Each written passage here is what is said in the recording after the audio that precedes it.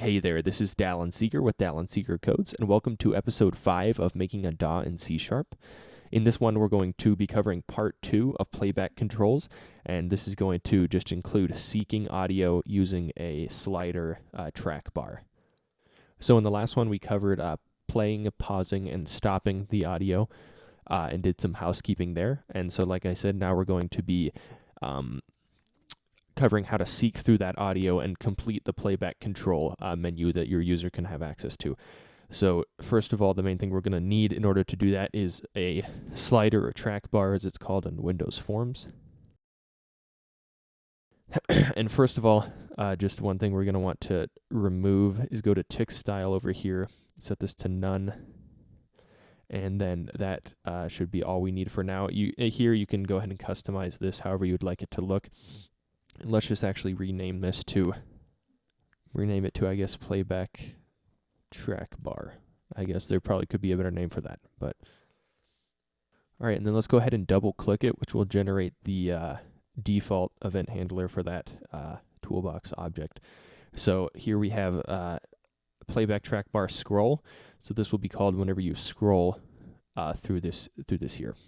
So within the wave stream, we have stored in this audio file variable here through this audio file reader, which is pointing to the demo file on the desktop. There are a few things you can do that are time related. For example, there's audio file.position, and this will is in bytes. There's also current time, which just automatically converts the bytes into seconds and milliseconds, which is easier for us to work with. And so we're going to be looking into that in a little bit here.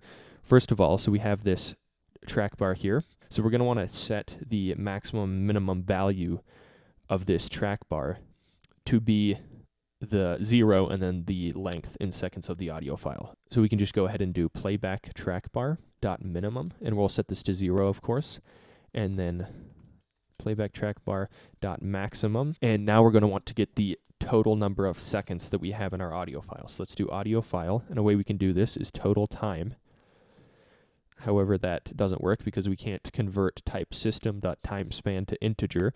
So thankfully we can go further here, and we don't need hours, of course, milliseconds, and let's just go with seconds here, which is typical for seeking through audio. All right, so we're using total seconds here, and it still gives us an error because this is of type double. So we can just go ahead and throw int in front of that. And now our track bar should be all set, but currently sliding through the track bar isn't going to do anything. This is a test. I am testing. Yeah, as you can see, it's not actually doing anything. So let's go ahead and move down to this track bar scroll event handler here. And let's declare an int called time. And we'll set this equal to the current value of this track bar. And then with that, so if it's, say that the audio file we have is 10 seconds long, it'll be 0 to 10. If it's dragged to the middle, which would be 5, then it will need to bring that audio file to 5 seconds. So in order to get the audio file to play at where your track bar is at, we're going to want to reference that audio file that's currently being played, and we're going to want to use current time, set it equal to time span, which is a type, and then from seconds, and then throw in time in there. So that will be set to whatever this slider is set to. And since we are referencing this audio file here, we want to make sure, of course, that it isn't null, just as we do up here. So let's just throw in real quick.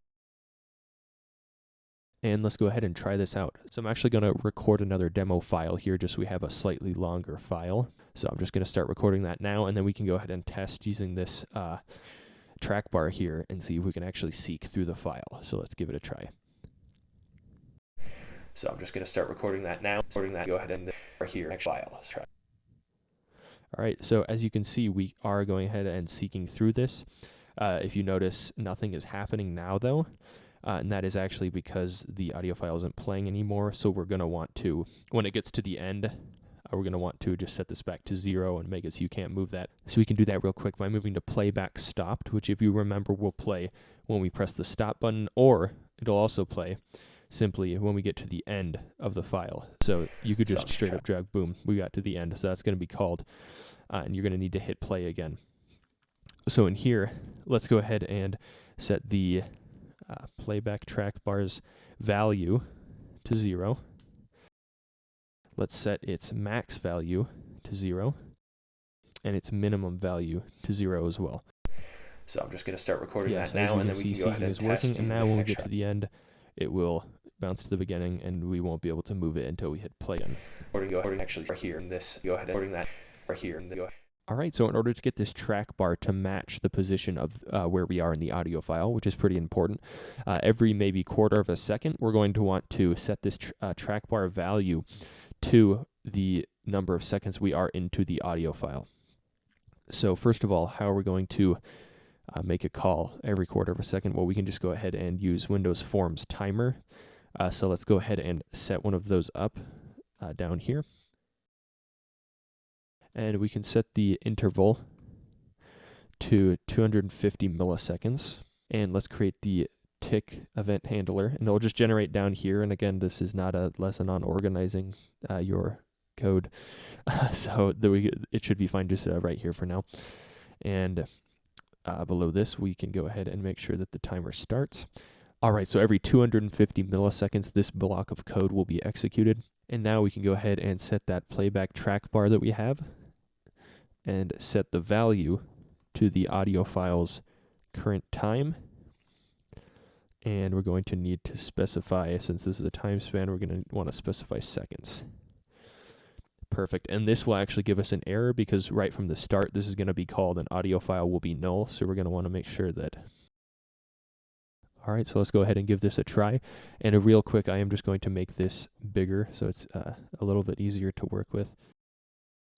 So I'm just going to start recording that now, and then we can go ahead and test using this track bar here and see if we can actually seek through the file. So let's give it a try. All right, so as you can see, it is following along with us. So I'm just going to start recording now let's that try now. If we like, you can click through it as well, and you can grab this. So I'm just going to go ahead and file. And you can move it through. So I'm just going to start recording that now, and then we can go ahead and test using this track bar to actually seek through the file. So let's give. So I'm just going to. All right, and I would encourage you to track bar here. Go ahead and edit this track bar to your liking, the way it looks and the handle and everything, and play around with that to make it work a little better. All right, something that will help make this look a little bit more like a audio file seeking bar. I created 2 labels and put them on either side of the track bar here.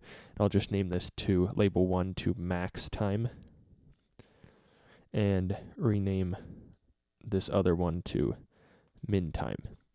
Let's go ahead and just label these appropriately. All right, so back in our code, it should be as simple as in this every 250 milliseconds tick here, we should just be able to set the min time, set the text of the min time equal to the same thing as we set the value to, current time in seconds.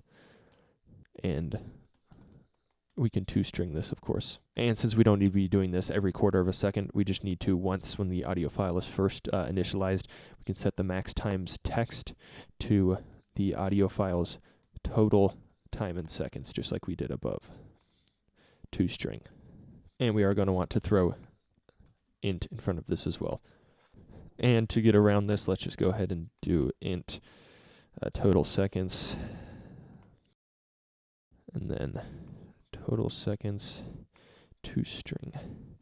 All right, there we go. So now, and we have this set to default values up here. And once we press start, this should. So I'm just going to start recording that now, and then we can go ahead and test using this. As you can see, it works track bar in a way that most, and you could have this tick down, but this is typical for a playback control. And it does look kind of weird just being the integers here, so you could add milliseconds onto there as well.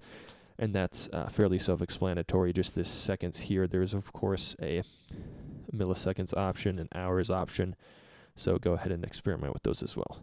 All right, so one final thing as a bonus here, I've added 2 buttons, a forward and backward button. I've just named them forward button and back button respectively, and I've just put some greater than and less than signs. And let's just go ahead and generate the event handlers for when these buttons are clicked. So we're going to use these as the sort of skip forward or skip backward X amount of seconds functionality. All right, so when these buttons are clicked, we of course are going to want to check if the audio file is null and return for both of these. So this one, the forward button, let's move forward. Since our audio file is pretty short, typically this would be like forward 10 or 15 seconds, which you can of course do, but since our audio file is pretty short, let's go ahead and use audio file and then that current time. And then we set it equal to audio file.currenttime.add.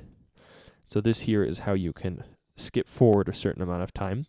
It's going to do new time span. And here this should, let's see, so we have, let's get it to tell us what these, there we go. So we have hours, we have ticks at first, and then hours, minutes, seconds, I believe is how that's set up. So 0 ticks, 0 hours,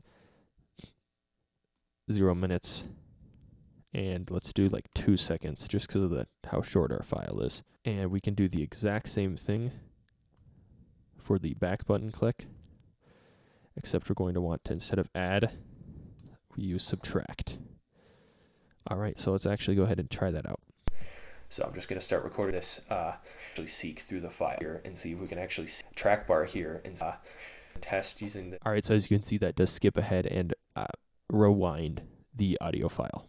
All right, so that about does it for this episode. Again, this is just a starting point to explain how these concepts work, and I, of course, recommend that's where the fun comes in, is where you use these concepts to apply them into your own application and, of course, test around with the different values and options to see how you can get it working in the most optimal way. All right, so that about wraps up this two-parter on playback controls. If you have any questions, feel free to leave them in the comments below. This has been Dal and Seeger Codes, and thank you very much for watching.